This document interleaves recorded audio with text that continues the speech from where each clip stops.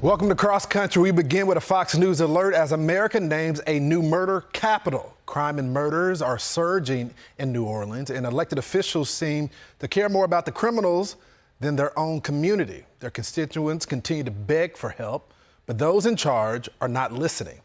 Over the last year, murders have increased by 34%.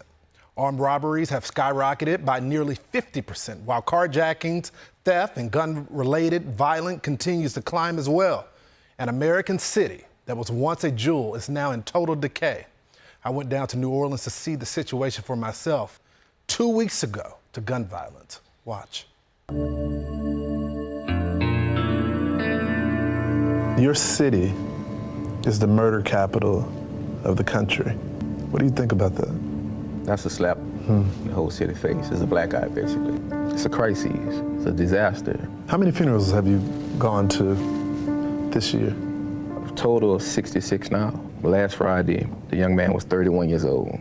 He was the oldest. The other 65 of them, the kids was 17 on down. When you go to these funerals and you grieve with these families and they're asking for justice for their kids, are any of the city council elected officials there at these funerals?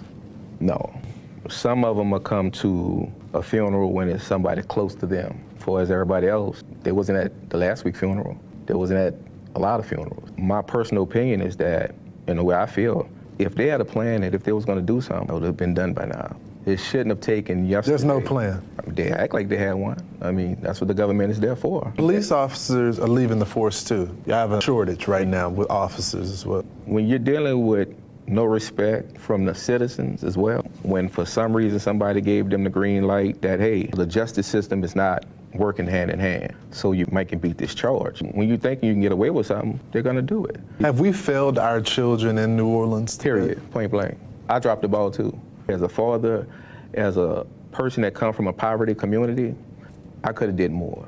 You know, I've done some things, I've done programs, but they wasn't consistent, you know. And I don't want to blame why it wasn't consistent. It's just that when every administrative changed positions, even though we had programs in place, those programs went out the window because new people came into administration.